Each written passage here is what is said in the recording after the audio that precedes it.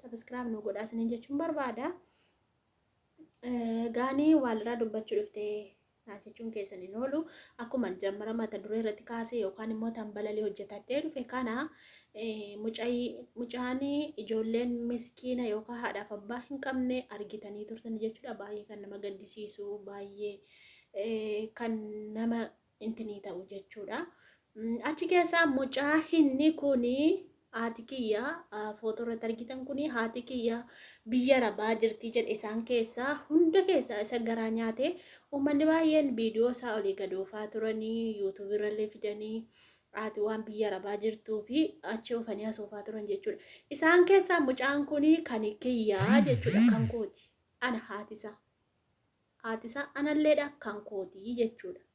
Sababiin maaliif mucaa keetiin dawwaltu mucaa kee gattee maaliif baddee mucaa kee gattee maaliif intinii taate hojjettanii dawwalaan ture osoon dawwalaa jiru osoo maal jedhu niitoorkiin na duraa dhaabbatee adda hafee kanatti waan itti dawwalee dubbisu dhabee yeroo dhiyoo keessatti dubbiseen ture garuu yeroo sana na duraa badee ture magaalaa tokko kee magaalaa harmee koo biratti badee ture jechuudha.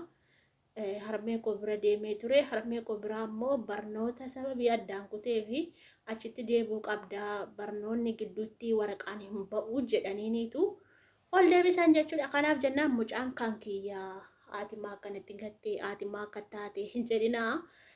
Sababiin kana jedhee fi attamitti haati biyya arabaa jiraatte ilmoo ishee gattee kan jedhamu rakkoo bilbilaatii fi rakkoodha. Bilbila dawwaluufiin hedduu ulfaata.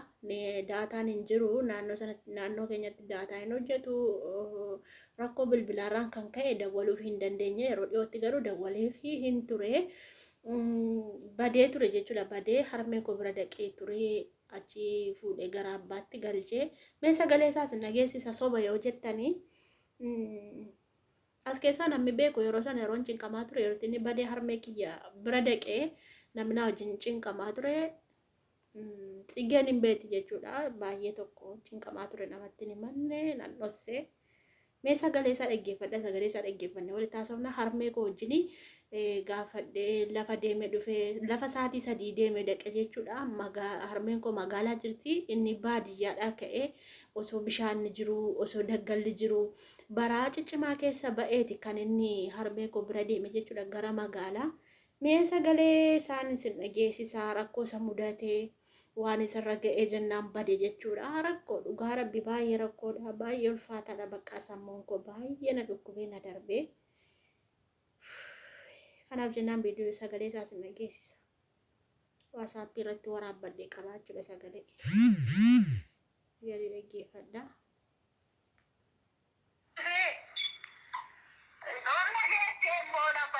Ijoolleen amma dawwalee natti mee maanni maal rakkate kan lafa deeme amma kana lafa deeme dhufe lammite? Lafa deeme dhufe naree banii adee horii eebbinaa jirani. Karaa mana tamaarii akkanaa qabuu jedhu. Daftara kootii fi waraqaa koo baasanii naaf fidanii anasumatti baradhaa irratti deeffoo koo ayyaa dirsi abijaa koo. Mee ishee taaree waan isaa maal ta'e rakkoon isaa maali? Meekoo isaa baafadhu baasii wala bahee jiraatu gaafattaa gadeetoo gaafattaa waa inni rakkate sana baasitti mataa.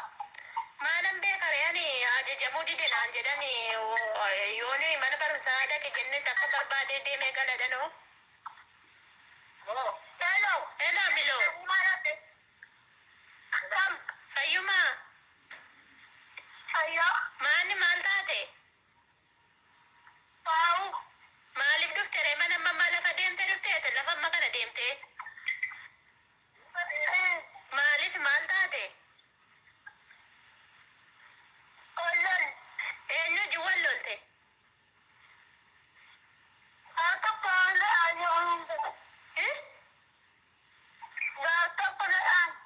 Gaaf tokko eenyutu si dhaye?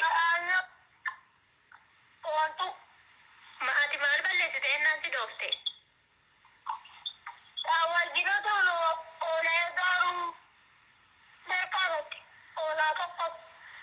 Yoom sirkaa badde turteetti jedhan kamaa lolaan baduun? isuma bichaa kan har'oo maaliif badde? Maammaan gaarii dhattaase. Maammaan tijaajila tasreebdee? Achi dhattaalaanii gaarii gadi naan jirti. Mana tijaajila kanaan anta Farida gattee?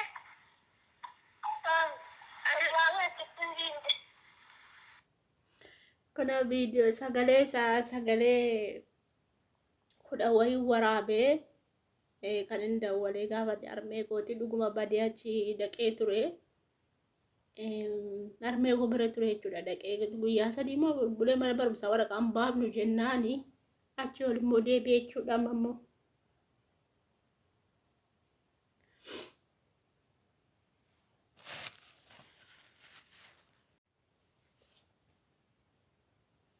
Achi ol deebi'ee ifama viidiyoo addaan dhaabeen ture.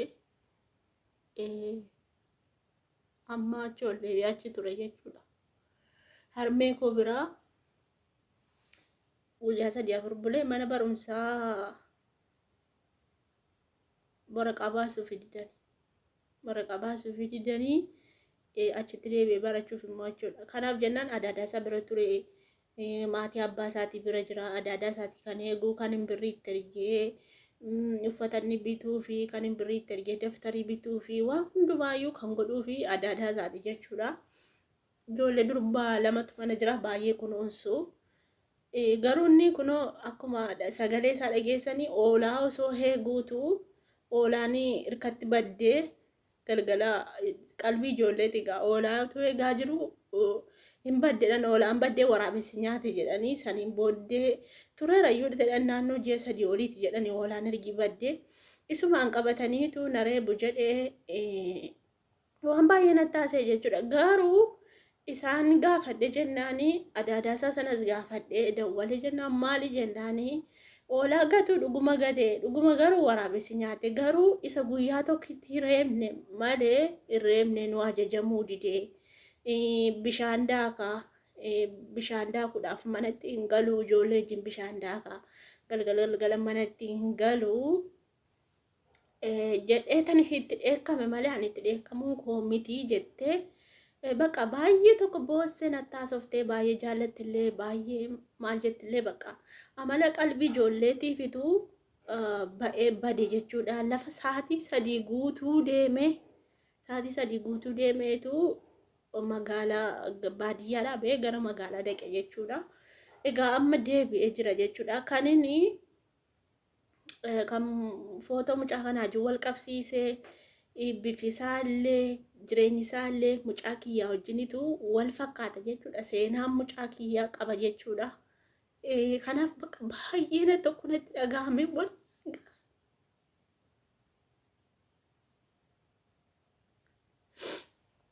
dubbachuun danda'u dhugaa rabbii gaafa viidiyoo sana arguu nama maraadhe miti la wallaahi laazim maraadhe qalbiin na darbee viidiyoo mucicha argee haati biyya arabaa jirti jedhanii rakkoo dhugaa rabbii baay'ee rakkoodha. Bakka mataadhuma koonna dhukkubii mataatu na darbee